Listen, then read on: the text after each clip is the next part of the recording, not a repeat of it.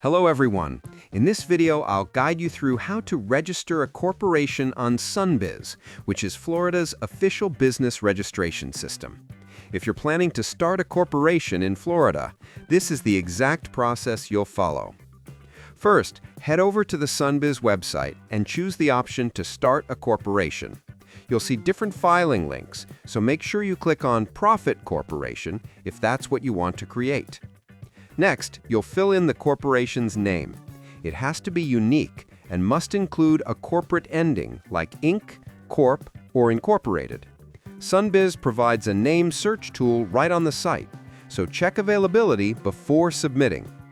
After that, you'll enter your principal business address, your registered agent information, and details about your officers and directors. The registered agent is the person or company that receives legal documents for the corporation, and it must have a Florida address. Once all information is entered, you'll move on to the payment section. The filing fee for a Florida corporation is currently $70, and you can pay with a credit or debit card online. After payment, Sunbiz will confirm your submission. Processing usually takes a few business days, and once approved, you'll be able to access your articles of incorporation directly from the Sunbiz website. And that's it. Your corporation is officially registered with the state of Florida.